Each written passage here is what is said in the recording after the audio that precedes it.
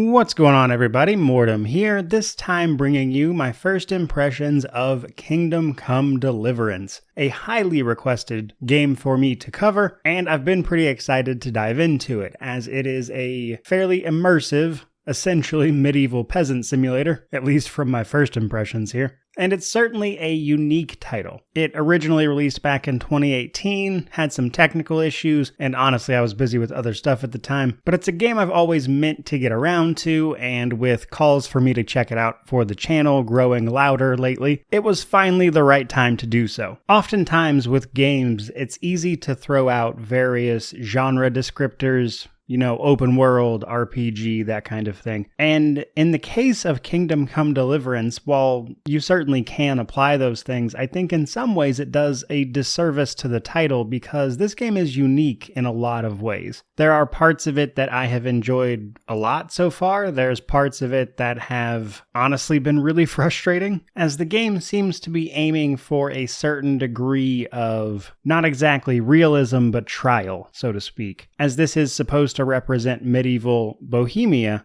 where life was pretty hard, and I imagine they wanted to represent that in game. And we see that through systems like having to eat, sleep, the rather challenging approach to combat, but at the same time we still have all of these quality of life features such as a fast travel system, quest markers, that kind of thing, and I can tell from what I've played of it already that this is going to be quite the experience. In fact, as of the time of this recording, I've already got about 15 hours into the title, and it definitely feels like I'm just starting to scratch the surface of this one. And I think going forward, as I move to review the title, a lot of what my opinion is going to wind up being for this one, I think, is really whether or not there's a payoff at the end of this. Because so far, there's been a lot of trial and tiny little rewards. As of the time of this recording, I'm just starting to get to a point where I'm comfortable running around doing extra quests, where it doesn't feel like a hassle and I'm fighting systems. And if that continues to get easier, then I could kind of see what they're going for. But that brings me to what I think is the most difficult aspect of this game so far, and that is the combat. The combat in particular is interesting. It almost seems tailored to one-on-one fights. There's a lot of directional input on where you're aiming, where you're blocking, the type of attack you're making, combos. At least when it comes to one-on-one up-close fights, there's also sneaking and assassinations available. You get a bow, which on the surface all sounds pretty fun, but what I've noticed is that if you get outnumbered, say even 2-to-1, combat kind of falls apart. And that does feel somewhat intentional, and I imagine as I power up a little bit, probably 2, maybe 3 at most was probably where it's going to be at in terms of how many enemies I can fight at once. But even in these situations, I can kind of see what they're going for, because that's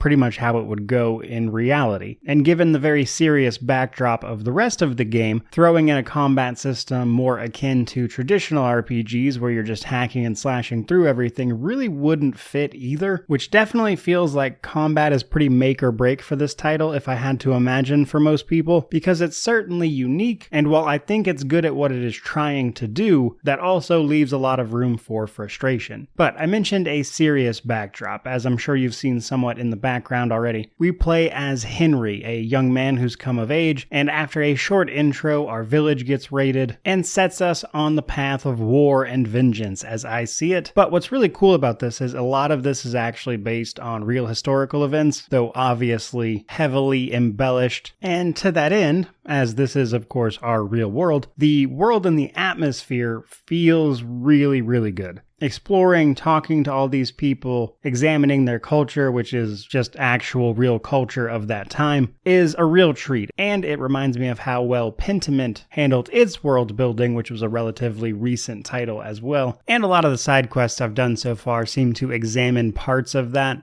such as how executioners were treated by the community, some of the interactions between nobility and the peasantry, that type of stuff. And a lot of that is handled in a really cool way. And I think from what I've seen so far that they've really done a great job of capturing some of the horror of what a war in this time period would have probably looked like firsthand. And I think they did a good job of making the one-on-one combat feel that way as well. And all of those elements combine to make a game that feels very immersive, even if it is at times a little frustrating. For instance, instance, the game has a very wonky save system. If you want to just make a save anytime, you have to drink a savior schnapps, which is a type of drink which saves the game by you drinking it, but that means you have to have it in your inventory to drink it. Otherwise, you can only manually save by either exiting the game or going to sleep somewhere, and beyond that, the game pretty much auto saves, and I gotta tell you, I don't care for that. That's probably the only thing I've seen in the game so far that I couldn't see an argument for one way or the other. I just do not care for the save system, but everything else has been pretty enjoyable, at least to some degree. And I think for this title in particular, I'm gonna wind up having a lot to say because I'm having to stop myself now just to make sure this video doesn't get outrageously long and I leave it for the review. But my initial impressions of Kingdom Come Deliverance is that this is seemingly a pretty deep game with a lot to offer, a lot of unique systems that can be both incredibly engaging and somewhat frustrating, which I imagine is somewhat the design intent. And you can sort of ease some of that frustration through some of the character progression, which again I'll save for the review, but ultimately this game is a lot and I'm into it. I'm looking forward to getting through this one, and it's definitely going to take me a little while. It looks like at least 3 playthroughs minimum, 1 being incredibly thorough and 2 smaller ones for some difficulty and mutually exclusive achievement type stuff, and I'm ballparking it at least 150 hours. So the review for this one is going to take a while, and while the game can certainly be frustrating, it has done a great job of pulling me in, and I'm pretty committed to this one for the long haul, so to speak. And I'm looking forward to sharing my full thoughts on it, of which I imagine there will be quite a few when I get to doing the actual review. But in the meantime, I hope you've enjoyed this first impressions. Remember, don't spoil too much for me down in the comments section below. I'm still playing through this one. But regardless, I hope you enjoyed it. If you did, like, comment, subscribe, all that YouTube jazz, especially if you're looking forward to the review, of course. But truly, thank you. May you wander in wisdom and have an amazing day.